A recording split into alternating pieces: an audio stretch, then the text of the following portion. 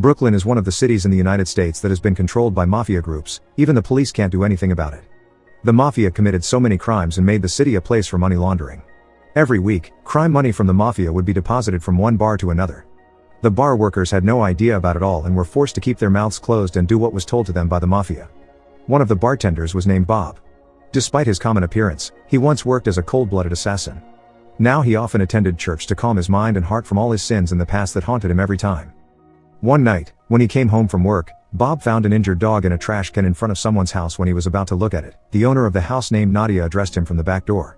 Nadia suspected that Bob was going to rob her house, but after seeing the dog that he held and how serious the injuries were, Nadia asked for Bob's ID card and then invited him inside to take care of the dog's wounds. Just before they entered the house, someone was seen secretly spying on them from afar. Inside, Bob wondered why would someone use the back door instead of the front door. Nadia explained that she lived all by herself and worried that someone would rob her house, so she always locked the front door and never accepted any guests. Looking at the dog's wounds that looked like someone abused it with a rock, Nadia expected this to be its former owner's fault. She said that during the day, she was busy with her job, so it was better for Bob to take care of it. Bob, who never had a dog before, hesitated and asked her to give him 2 days to think about whether he would adopt the dog or give it to an animal shelter. The next night, at the back of the bar, Bob asked what Marv would think if he tried to adopt a dog cub. Hearing that, Marv replied that a once cold-blooded assassin was never a perfect match with a small dog.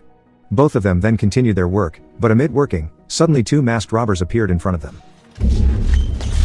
Don't think about it, just feel it. Fucking fill the bear! Fortunately, Bob oversaw one of the robbers' arms and saw a dead watch worn on it. After the 2 robbers left, Bob and Marv found the bar waiter lying badly injured. Marv then called an ambulance, and not long after, the police also appeared on the scene. When the police asked about the characteristics of the robbers, Bob explained that one of them was wearing a dead watch. The following morning at church, Bob kept thinking about the dog he found a couple of days ago. He finally decided to take care of it and went to Nadia's house because he couldn't calm down. That dog was named Rocco. Bob, who had no experience caring for dogs at all, asked Nadia to teach him. At the pet shop, Nadia accompanied Bob to buy various necessities and made a necklace for Rocco. After returning from the pet shop, a man was spying on them again, just like that night when they found Rocco. At night, Marv was seen secretly meeting one of the masked robbers from yesterday. Apparently, Marv was the one behind the robbery.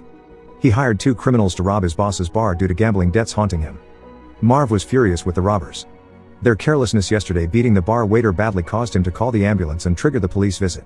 Marv then told the other robber to tell his friend to throw away his dead watch so the police wouldn't know their whereabouts. A week later, Bob and Marv were cleaning the back of the bar. When they were cleaning the snow, the mob boss who owned the bar named Chavka came there, all because of the news he heard about the robbery in the bar last week. He suddenly opened his van's back door and showed one of the grunts he tortured for betraying him. He then ordered them to get back all his money no matter what. He didn't want to hear any reason or complaint about it. The next day, when Bob was taking Rocco for a walk in the park, he met Nadia. She offered to take turns taking care of Rocco every time Bob was busy at work. Handed the offer, he happily accepted it. Before separating, they both exchanged cell phone numbers, and from that day, their relationship grew closer. Nadia often took the time to have lunch together and accompany Bob for a walk with Rocco almost every day, but that afternoon, after Nadia came home, a mysterious man that was spying on them finally appeared and greeted Bob. The man was Eric. He looked at him cynically while complimenting his dog, saying it was very cute, then immediately left. After returning home, suddenly someone knocked on Bob's door. Turned out the person knocking was Eric. Out of the blue, he said that Rocco was his dog. He even had Rocco's adoption certificate. He threatened that if Bob did not want to be reported to the police for kidnapping Rocco, he had to pay the sum of $10,000 within a week. Before leaving, Eric took Bob's umbrella while threatening that he could take Rocco whenever he wanted, just like what he did to the umbrella if Bob could not provide the money he asked for before next week. The next afternoon, when Bob and Marv were cleaning the trash, there was a suspicious plastic bag hanging on the fence. When checked, they were both shocked to see that the bag was filled with the same amount of money from the robbery last week and the dismembered hand of one of the robbers, complete with the dead watch on it. Confused, Marv ordered Bob to immediately get rid of the dismembered hand before the police found out. Inside, Bob looked confident, dealing with such things a common person would not dare to deal with. Because of his background of being a former cold-blooded assassin, he didn't show any slightest hesitation to wrap the dismembered hand in plastic. Just when he finished, Eric suddenly came to the bar and asked for something to drink, but Marv immediately kicked him out, saying the bar wasn't open yet. Luckily, Eric didn't see what Bob was doing in the back. After that, Marv told Bob to dump it in the harbor. He brought Rocco to avoid suspicion. In the harbor, he checked around just to be safe and dumped the cut hand immediately when no one saw. Just when the hand drowned, the police who handled the bar robbery case days ago passed by and greeted him. Without the slightest suspicion, the policeman asked if Bob knows a man named Eric. Just now, Eric was imprisoned for murdering people at the bar where Bob worked, but unfortunately, he had to be released because the police lacked evidence. Getting no evidence, the police continued his investigation to another place. That night, Marv was seen meeting one of the robbers who was still alive. Marv offered a job to rob the bar again, but the robber refused. He didn't want to have a tragic death like his friend, without him knowing was murdered by Marv, because he was afraid of Chavka's threat. Marv then explained that this time, he had an idea to escape without Chavka finding out. But even though Marv had persuaded him, he still refused. Eventually, Marv had to kill him because he had heard of all the robbery plans to keep the plan secret and avoid leaking information. After making sure that there were no witnesses, Marv ran away.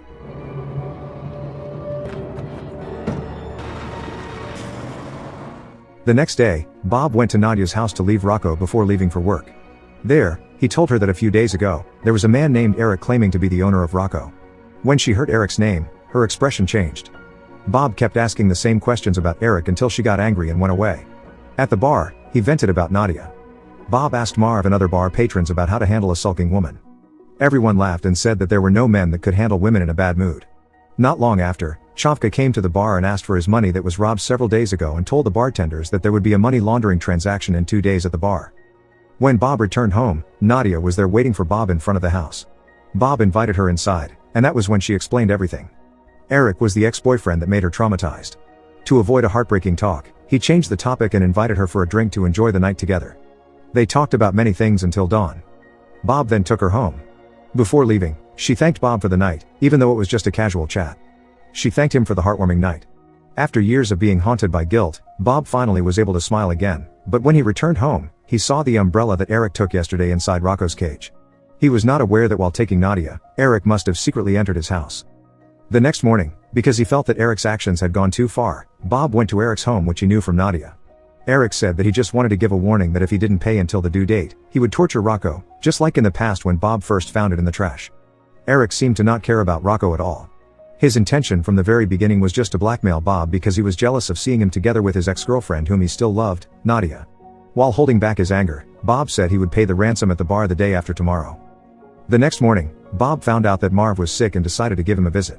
While sitting on a couch, Marv told him that he would need to take another day off the next day so he wouldn't be there to help Bob take care of the money laundering transactions at the bar. Bob was suspicious and asked if Marv still wanted to rob the money from the bar again. Turned out Bob already knew that Marv was the evil brain behind the robbery weeks ago and pretended not to know to keep away Marv from the trouble. This time, he warned Marv to cancel his stupid plan and to never underestimate Chavka. It was lucky for him to get away from trouble before, but nobody knew what would happen to him next. No one can survive Chavka's pursuit. Unfortunately, even though Marv has been warned, he seemed to not care about it at all. During the day, Marv met Eric, who was eating at the restaurant. Knowing that Eric had been in prison before, Marv offered him a job to help him rob his boss's bar tomorrow at 2 p.m. They would definitely be rich if they succeeded. Hearing the tempting offer, Eric agreed with it without any hesitation. Marv warned him to stay focused on carrying out the robbery plan and not to mess around with Bob since he considered him a dangerous person. The next day, Eric sneaked into Nadia's house. Not long after, when Nadia got home, she was surprised to see her ex-boyfriend inside her house. At first, Eric was nice to her. He just wanted to say that he was still in love with her and wanted her back. She kept telling Eric to go away and made him angry. He forced her to come with him to the bar where Bob worked and told him that they were back together so he would leave them alone. Bob was surprised to see Nadia and Eric together but couldn't bother since he had so much to do. He had to serve the patrons as well as took care of the money laundering transaction. Bob tried to hold back his anger seeing Eric, who kept teasing Nadia. Eric then approached Bob and told him that he and Nadia are officially back together. Bob pretended not to care about it. On the other hand, Marv waited across the bar for the money laundering transaction to finish. Hours passed. When the bar was about to close, Eric went out to call Marv. Nadia then explained that she was forced to obey Eric and was threatened with death if she refused. When Eric returned, Bob gave the ransom Eric was asking for the whole week, but instead, Eric told Bob to give all of Chavka's money that was in the safe while threatening him with a gun. Strangely, Bob wasn't afraid at all. He looked so calm and casually started to tell his dark past as a ruthless mafia. His innocent look now was his penance to his sins in the past. Every week, he diligently attended the church to repent and to be a better man. Bob felt sorry for Eric. Instead of taking all the ransom money, he tried to wake up the sleeping beast inside of Bob. He was shot to death.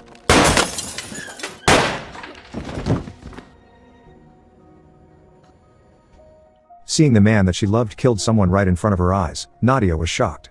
Bob tried to explain everything and asked her to go home.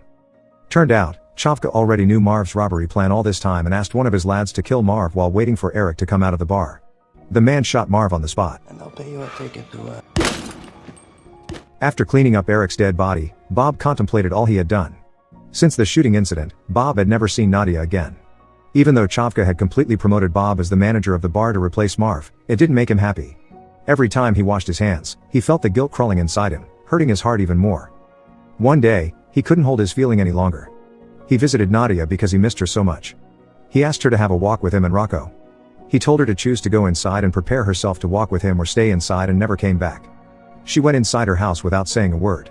Seeing the woman he loved walk away, Bob felt heartbroken. He was afraid that Nadia wouldn't come back, and that means he had to leave her forever.